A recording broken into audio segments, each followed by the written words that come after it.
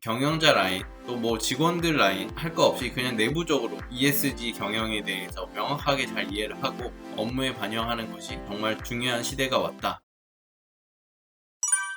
안녕하십니까, 송준호의 생활 ESG입니다. 네, 오늘은요 기후 정보 공개, 즉 기후 공시에 대해서 한번 다뤄보려고 합니다. 네, 첫 번째 뉴스부터 보시죠. 네, 옥스팜이 세계은행의 기후 지출 40%를 신뢰할 수 없다고 주장했습니다. 세계은행은 이에 반박했는데요. 바로 들어보시죠. 지난 3일 옥스팜은 세계은행이 발표한 기후 관련 자금 중에 40%가 부정확하다라는 내용을 담은 보고서를 발표했습니다. 보고서 저자들은 세계은행이 2020년에 기후금융에 지출했다고 보고한 213억 달러의 기후금융을 조사했으며 그 중에 172억 달러가 은행의 양대 대출기관인 국제개발협회와 국제부흥개발은행에 조달된 것으로 알려졌습니다. 옥스팜은 172억 달러 중 최대 70억 달러는 독립적으로 검증할 수 없는 것으로 나타났다 이렇게 전했습니다.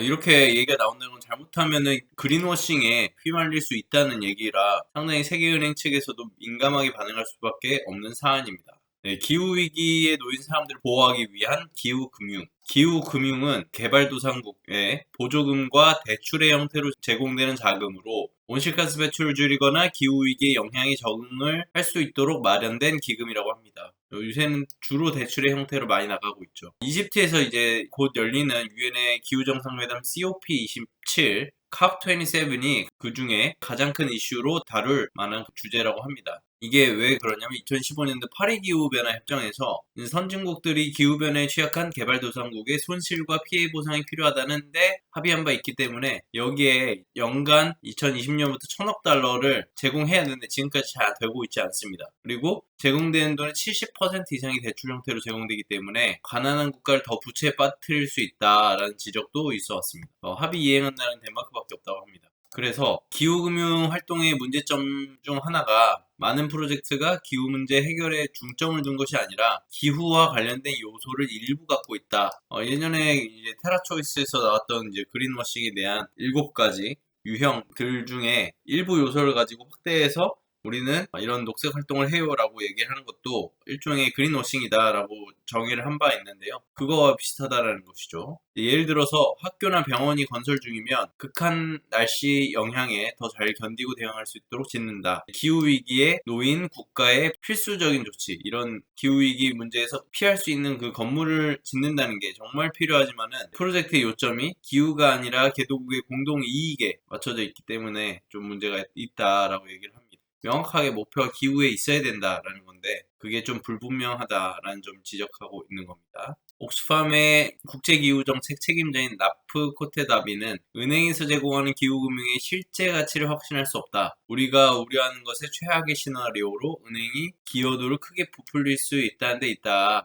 그린워싱을 지금 지적을 하고 있습니다. 세계은행은 반박 자료를 냈는데요. 가디언지와 인터뷰를 통해서 우리의 공동이익은 공동다자개발은행의 방법론을 사용해서 계산되고 방법론을 어떻게 적용하는지에 대해 엄격하고 기후행동과 직접적으로 관련된 프로젝트에 대해서 자금 조달에 대해서만 이제 공동이익을 할당한다. 네, 그래서 우리는 명확하게 기후행동과 연결되어 있는 그런 프로젝트에만 투자를 하고 있고 자금 조달을 하고 있고 또 이런 공동의 이익 계산하는 것도 MDB, 다자개발은행의 방법론을 분명하게 사용해서 하고 있다라고 지금 얘기를 하고 있는 것이고요. 세계은행은 2022년 은행이사회에 제출된 프로젝트에 기후행동과 직접적으로 관련된 317억 달러의 기금을 제공해서 기후 지출을 늘렸다. 일단 양적인 부분을 어디에 제출했다 이렇게 얘기를 한 것이고요. 세계은행은 빈곤을 완화하거나 개발을 장려하는 것은 국가들이 극단적인 날씨의 영향에 더 탄력적으로 대처할 수 있도록 만들기 때문에 공식적으로 드러난 것보다 훨씬 더 많은 지출이 기후와 관련되어 있다고 오랫동안 주장해 왔다고 합니다. 옥스팜은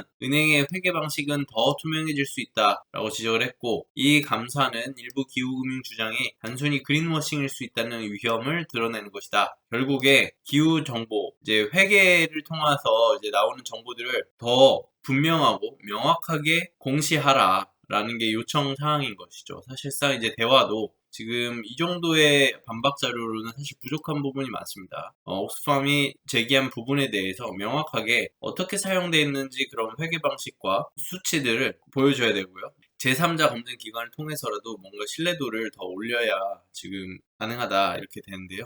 여러 가지 이슈들이 있습니다. CFO, 이제 이건 기업의 얘기죠.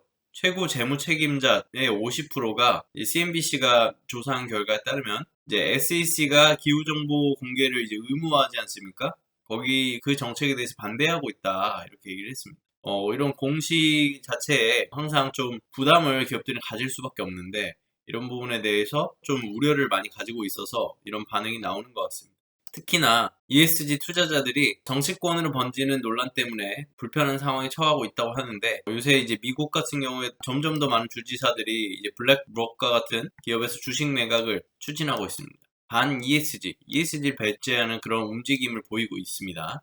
ESG 요소를 바탕으로 투자한다는 블랙록을 이제 매각을 하고 또 사업 계약에 있어서 ESG 친화적인 자산 관리자가 입찰하는 것조차 금지를 하고 있어서 이 공공조달 부분에 있어서 오히려 ESG가 불리한 측면으로 작용하는 일면도 있는 상황입니다. 그 CNBC 설문조사의 CFO도 이런 흐름에 찬성을 하고 있는데요. 45%가 ESG 요소를 사용해서 국가 연기금 사업을 금지하는 주정부의 움직임을 지지한다. 이렇게 말했고 30%는 중립적으로 답변한 반면 25%만이 이런 움직임을 반대한다. 5%는 강력한 반대를 표명. 이렇게 구성이 되었습니다. 기업 공시라는 게 사실상 이런 어떤 조세에 대한 반발처럼 ESG에 대한 반대 그런 흐름들도 보이고 있습니다. 공시에 대한 부담감 때문이라고 또 합니다. 제가 최근에 4일에 코시프 한국 사회 책임 투자 포럼이 개최한 세미나를 하나 갔다 왔는데요. 여기서 이제 기업의 기후 리더십 활성화를 위한 투자 데이터 활용 혁신, 즉 기후 공시를 어떻게 내고 어떻게 활용할 것인가, 그게 얼마나 중요한가라는 것에 대한 전문가들이 논의가 있었던 자리였습니다.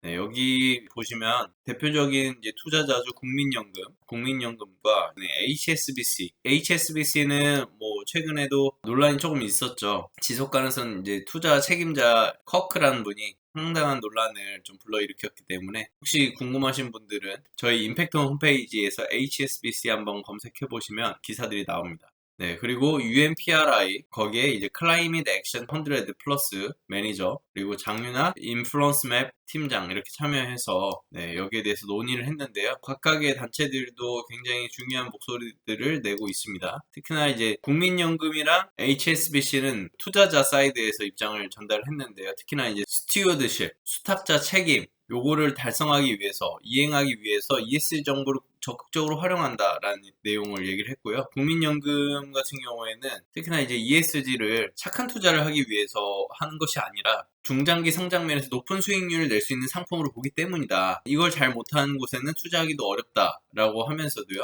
아무래도 인덱스 투자를 국민연금이 하다 보니까 상품을 마음대로 쉽게 매매할 수가 없습니다. 그래서 어쩔 수 없이 한번 사면은 오래 가지고 있어야 되기 때문에 장기 수익에 주목할 수 없다라고 얘기를 했고요. 그래서 인덱스 투자를 하면서 결국에 매매가 어려우니까 투자 배제도 도입하겠지만 그것도 사실 쉬운 일이 아니니까 이 장기 수익률을 보장하기 위해서 ESG 경영을 잘 하도록 어떤 주주 관여 활동이나 대화를 통해서 지금 그 역할을 다하도록 촉구하고요. 잘 할 수 있도록 특히나 이제 공시한 정보, 이 기업 공시한 정보에 의해서 이 주주 관여나 대화가 가능하기 때문에 이 공시를 잘해달라고 엄청나게 요청을 하고 있는 상황입니다. 그래서 이제 국민연금 같은 경우에도 거버넌스를 계속 강조하는 거죠. 이제 환경이나 사회 부분은 어떤 내용적인 측면이고 거버넌스는 그런 내용이 잘 전달되고 내부적으로 이제 논의가 잘 되고 외부와 소통이 잘 될 수 있는 그런 구조를 지배 구조를 말하기 때문에 그런 거버넌스가 중요한 커뮤니케이션 측면에서 중요하게 여겨지고 있습니다.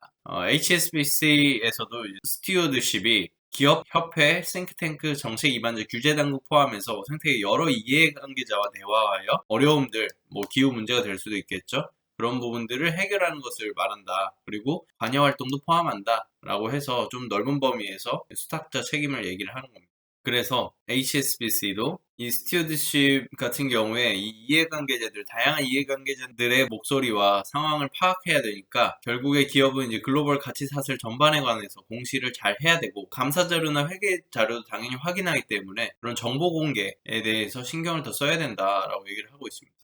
클라이밋 100 플러스 여기 같은 경우에 투자자들 모인 곳이죠. 현재 가입 기간이 700곳이고 운용 자산이 68조 달러로 9경이 넘습니다. 그리고 분석하는 대상이 166개 기업이고요. 네, 여기서는 주로 이제 넷제로 기업 벤치마크라는 것을 사용해가지고 기업들의 넷제로 목표와 목표 수준이 어떤가, 그리고 그 목표에 대해서 어떻게 실제로 행동하고 있는가, 이런 차이들을 여러 가지 보여주고 있습니다. 자세히 보시면은 이렇게 10개 항목으로 이제 질문을 하고 있습니다. 여기 1번부터 4번까지 목표에 대해서 넷제로 목표가 있느냐, 중기, 장기, 단기 목표가 있느냐, 이런 것들 묻고 있고, 탈탄소화 전략이 있느냐, 그리고 파리기후 협약, 그리고 넷제로 목표에 따라서 그 자본들을 할당을 하고 있느냐, 그리고 7번은 기후 정책에 관여 활동을 하고 있는지, 8번은 기후 거버넌스, 10번은 이제 TCFD 권고안에 부합하는 공시를 하고 있느냐, 이런 내용들이 있습니다. 여기서 이제 공시 내용도 있고요. 또 특히나 이제 정책 관여 활동, 로비 활동, 소위 말하는 로비 활동도 지금 어떻게 진행하고 있느냐, 이런 것들이 또 있습니다. 이런 것들을 보고 이런 것들을 공시 자료를 바탕으로 하기 때문에 오해가 없고, 좀 이런 것들에 대해서 잘 소명을 하고 정보가 있을수록 이런 평가에 있어서 좀 더 유리한 부분을 가져갈 수 있지 않나. 특히나 공시의 질을 개선했을 때, 양뿐만 아니라 질을 개선했을 때 그런 유리한 점을 가져갈 수 있겠다, 이런 논의들이 있었습니다. 인플루언스 맵도 저희가 이제 임팩트온 통해서 여러 번 소개를 드렸는데 한국팀이 이번에 생겼다고 합니다. 인플루언스 맵 같은 경우에는 기업의 정책 관여 활동, 그 소위 말하는 로비 활동이 있지 않습니까? 원래 미국에서는 그 로비가 엄청 활발하게 이루어지기 때문에 그 로비 활동에 대해서 이제 분석을 하는데, 여기에 대해서 이제 직접 활동은 이제 기업이 직접 활동하는 것들, 간접 활동은 이제 로비 활동을 얘기를 합니다. 요거를 가지고 얘기를 하고, 이제 기업 400곳과 산업협회 200곳의 정보를 매주 업데이트한다고 합니다. 최신 정보 얻으려면 특히 로비 활동에 대해서 알기 위해서는 여기 사용하시는 거 참 좋고요. 철저히 공개된 데이터 바탕으로 분석합니다. 아까 CFO가 어떤 입장을 밝혔는지 이런 것들 있지 않습니까? 아니면 CEO가 어떤 발언을 했는지, 어떤 정책을 냈는지, 이런 공개된 자료를 바탕으로 다 분석을 진행을 하기 때문에 인플루언스 맵은 이 평가 결과나 어떤 주장에 대해서 하나하나 다 증거 그 자료들을 다 링크를 걸어놓은, 굉장히 철저하죠. 그렇게 진행이 되고요. 뭐 여러 가지 봅니다. 지속 가능 경영 보고서에 공개되는 정보와 CDP에 공개되는 정보의 일치성도 보고, 정부와의 대화, 최고 경영자의 발언, 이런 것들에 대해서도 다 조사를 하고 있습니다. 그러니까 이제 기업이 아무리 잘한다, 기업이 정말 이제 여러 가지 넷제로 목표도 발표하고 이런 상황인데, 여기에 좀 특징적인 것이 어떤 산업협회에 들어가 있느냐도 본다는 겁니다. 만약에 기업이 그렇게 앞서서 선도하고 있지만 어떤 산업협회가 기후정책에 반대하는 입장을 취하고 있다, 그러면 그 부분에 있어서 점수가 떨어집니다. 한국에도 이번에 4일에 그 한국 기업의 기후정책 활동 온라인 플랫폼이 이제 론칭이 됐습니다. 그래서 15대 기업과 15대 산업협회를 대상으로 이제 분석이 됐다고 합니다. 이 사이트에 들어가 보시면 15개 기업 이렇게 나와 있죠. 15개 기업 나와 있고, 여기 15개 산업협회 이렇게 나와 있습니다. 클릭해 보시면 관련 정보와 점수, 이런 것들 상세한 사항을 보실 수가 있습니다. 그래서 앞서 제가 말씀드렸듯이 결국에 이런 것들을 통해서 주요 정책에 대한 산업계 입장과 기업의 기후변화 목표 및 정책을 모두 동시에 확인할 수가 있으며, 또 정책을 클릭하면 관여 활동과 산업계의 트렌드도 함께 볼 수 있습니다. 장윤아 팀장이 인플루언스맵 한국 팀장인데, 장윤아 팀장님이 최근 한국은 기후정책과 리스크인지 등 정보를 이전보다 적극적으로 공개하고 있으며, 인플루언스맵의 평가는 공적 자료를 중심으로 하므로 공시의 질이 좋아져서 점수가 더 좋아질 수 있다고 강조를 했는데요. 그런 만큼 넷제로